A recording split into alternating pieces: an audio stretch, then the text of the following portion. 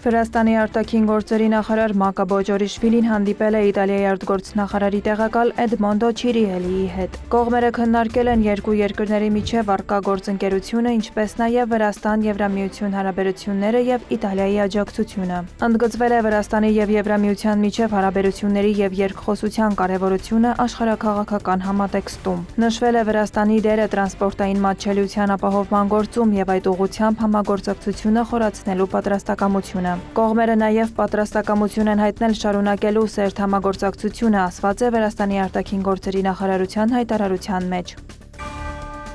Եվրախորհրդարանի եւ ԵԽԽՎ-ի վերջին բանաձևերը վերջնականապես հատել են վրաց ժողովրդի կարմիր գծերը եւ աղաղակող կերպով խախտել են Վրաստանի ինքնիշխանությունն ու ազգային անկախության սկզբունքները, հայտարարել է Վրաստանի խորհրդարանի խոսնակը։ Նրա խոսքով Եվրախորհրդարանը փաստացի նշում է, որ վրացական կառավարության լեգիտիմությունը որոշելու իրավունքը պատկանում է ոչ թե վրաց ժողովրդին, այլ Բրյուսելի քաղաքական բյուրոկրատիային, ինչը ժողովրդավարության հիմնարար սկզբունքների խախտում է։ Շալվա Պապուաշվիլու խոսքով Եվրոպական խորհրդարանի վերջին բանաձևը ուղղակիորեն հարձակվում է վրաց ուղղափառ եկեղեցու վրա եւ վիրավորում է միլիոնավոր հավատացյալների կրոնական զգացմունքները։ Հունիսի 17-ին Եվրախորհրդարանը Վրաստանի վերաբերյալ բանաձև է ընդունել, որում մտահոգություն է հայտնել Ռուսաստանի կողմից Վրաստանի տարածքում կրոնական կազմակերպությունները որպես ապատեղեկատվության եւ ազդեցության տարածման միջոց օգտագործելու կապակցությամբ։ Հունիսի 24-ին էլ Վրաստանի վերաբերյալ բանաձև էր ընդունել Եվրոպայի խորհրդի խորհրդարանական վեհաժողովը,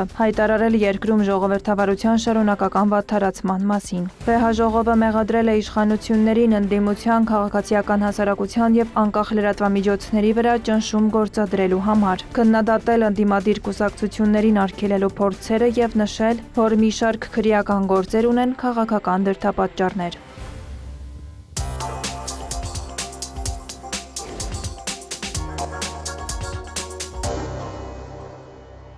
ԱՄՆ նախագահ Դոնալդ Թրամփը հայտարարել է, որ ՆԱՏՕ-ի գագաթնաժողովին իր այցի ընթացքում կարող է ուրախացնել Անկարային F-35-երի մատակարարման հարցում։ Թուրքիան ՆԱՏՕ-ի ուժեղ անդամներից է, մարդիկ չեն հասկանում, թե որքան ուժեղ է Թուրքիան ռազմական առումով, հավելել է Թրամփը։ 2017 թվականին Թուրքիան Ռուսաստանի հետ S-400 զենիթահրթիռային համալիրների մատակարարման պայմանագիր է կնքել, ինչը բացասական արձագանք է առաջացրել ԱՄՆ-ում։ Վաշինգտոնն ավելի ուշ Անկարային հանել է F-35 նորագույն կործանիչների մատակարարման ծրագրից եւ պատժամիջոցներ է սահմանել ռազմաարդյունաբերական համալիրի ղեկավարների դեմ։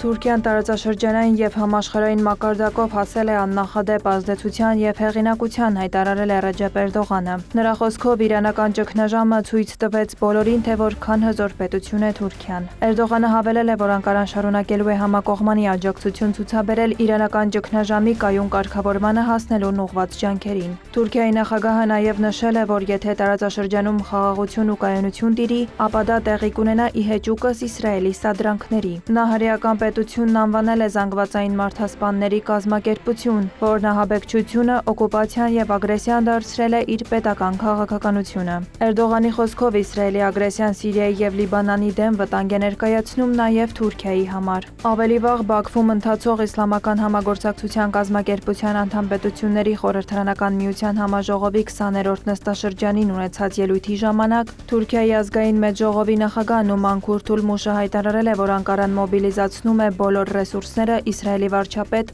Բենյամին Նեթանյահուին եւ նրա շրջապատին պատասխանատվության ենթարկելու համար, այդ թվում միջազգային դատական ատյանների միջոցով կատարած հանցագործությունների համար։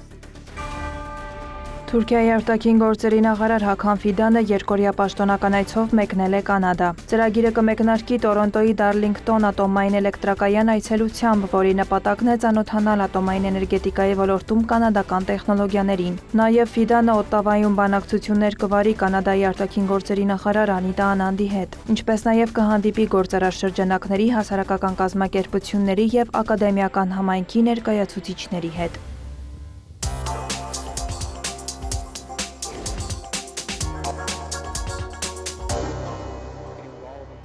ԱՄՆ պետքարտուղար Մարկո Ռուբիոն հայտնել է, որ Իրանի հետ տեխնիկական բանակցությունները կսկսվեն հունիսի 30-ին։ Նա հստակեցրել է, որ հանդիպումը կանցկացվի փորձագիտական մակարդակով։ Դրան կմասնակցեն տարբեր հարցերով աշխատանքային խմբեր, այդ թվում պետքարտուղարության, էներգետիկայի նախարարության ներկայացուցիչներ։ Ռուբիոն նաև հայտարարել է, որ Իրանը պետք է հնարավորինս շուտ թույլ տա միջուկային տեսուչների մուտքը երկիր։ Նա նշել է, որ դա իրանական կողմի խոստումն է և պետք է կատարվի։ ԱՄՆ նախագահ Դոնալդ Թրամփն էլ հայտարարել է, որ ամերիկացի տեսուչները կմիանան ատոմային էներգիայի միջազգային գործակալության փորձագետներին իրանական հարստացված ուրանի պաշարները գտնելու համար։ Միևնույն ժամանակ Թրամփը հստակեցրել է, որ այդ հարցում չեն շտապում։ Թեհրանն իր հերթին հերքել է, որ որևէ պարտավորություն է ստանձնել տեսուչներին երկրում ընդունելու հարցում։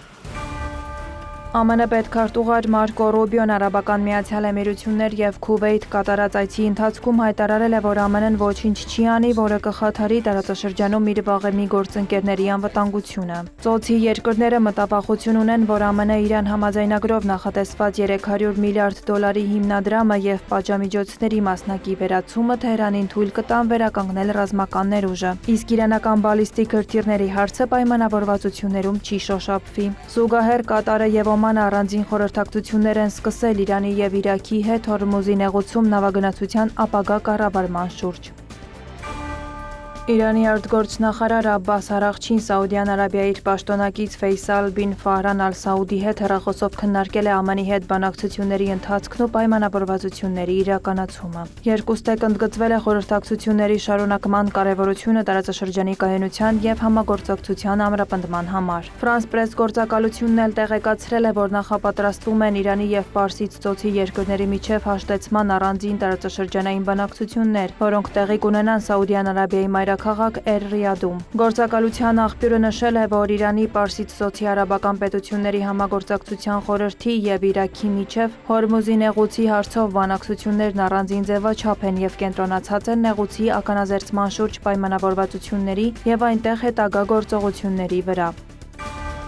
Արևմտյան Ասիայի և իսլամական աշխարհի երկրները պետք է նոր կարգ հաստատեն հենվելով սեփական հնարավորությունների, ռեսուրսների և ժողովուրդների վրա։ Այդ մասին հայտարարել է Իրանի խորհրդարանի նախագահ Մոհամմադ Բաղեր Ղալիբաֆը Բաքվում իր թուրք գործընկեր Նուման Քուրթուլմուշի հետ հանդիպման ժամանակ։ Նրա խոսքով Իրանի դեմ 40-օրյա պատերազմից հետո ԱՄՆ-ի ազդեցությունը թուլացել է, իսկ Մերձավոր Արևելքում լարվածությունը ստեղծվել է Իսրայելի կողմից։ Քուրթուլմուշն էլ նշել է, որ Իրանի դեմ պատերազմը միջազգային լեգիտիմություն չուներ։ Նա համերաշխություն է հայտնել Իրանի կառավարությանը և ժողովրդին, հավելել Թուրքիան կիսում է Իրանի վիշտը։ Հանդիպումը կայացել է Բաքվում Իսլամական համագործակցության կազմակերպության անդամ պետությունների խորհրդարանական միության համաժողովի 20-րդ նիստի շրջանակներում։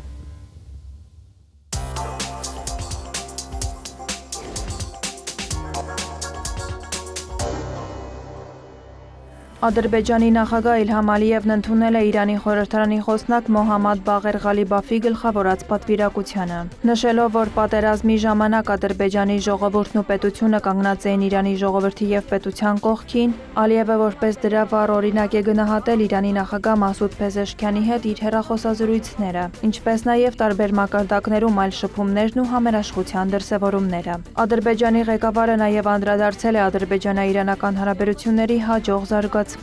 Ղալիբաֆն էլ երախտագիտություն է հայտնել Իրանի դժվարին ժամանակներում Ալիևի ադրբեջանական պետության և ժողովրդի ցուցաբերած աջակցության համար։ Նա նշել է, որ պատերազմի ընթացքում Իրանը հասկացավ, թե ովքեր են իր բարեկամներն ու թշնամիները։ Ադրբեջանը որպես բարեկամ երկիր կանգնած էր Իրանի կողքին, ասել է Ղալիբաֆը։ Զրույցի ընթացքում կողմերը վստահություն են հայտնել ապագայում ադրբեջանա-իրանական կապերի առավել դինամիկ զարգացման վերաբերյալ։ Գոհունակությամբ ընդգծել, որ Աղբենդ Քելալե կամրջի շինարարությունն արդեն ավարտվել է և Իրանի տարածքով անցնող Արազի միջանցքը ևս կծառայի տարածաշրջանում տրանսպորտային հնարավորությունների ընդլայնմանը։ Հանդիպման ժամանակ մտքեր են փոխանակվել երկկողմ հարաբերությունների, այդ թվում միջխորհրդարանական համագործակցության հեռանկարների վերաբերյալ։ Քննարկվել է միջկառավարական հանձնաժողովի գործունեությունը։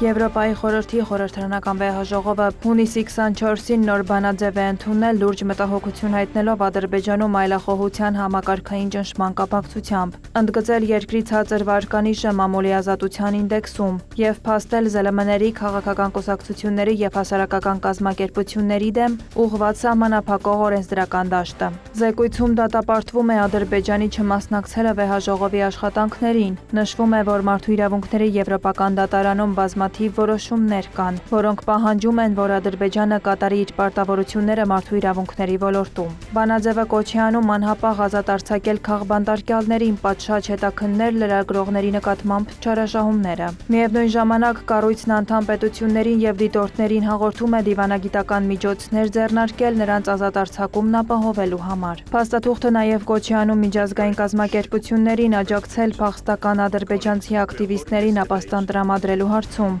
և մերժել քաղաքական դրդապատճառներով արտահանձնումը։ Վեհաժողովը մտադիր է հետևել Ադրբեջանի կողմից ժողովրդավարական նորմերի պահպանմանը։ Մշակույթի, գիտության, կրթության և ԶԼՄ-ների հանձնաժողովի պատրաստած փաստաթղթին կողմ է քվեարկել 68 պատգամավոր, դեմ 8-ը ձեռնպահ են մնացել 6-ը։ Գդանսկում Ուկրաինայի վերականգնմանը նվիրված համաժողովին Ադրբեջանը ներկայացնում է արտգործնախարար Ջեյհուն Բայրամովը։ Նա աշխատանքային այցով մեկնել է Լեհաստան։ Այցի շրջանակներում նախատեսված են մի շարք երկկողմ հանդիպումներ օտարերկրյա բարձրաստիճան գործընկերների և պաշտոնատար անձանց հետ։ Վարդուհի Հարությունյան, հարևաններ։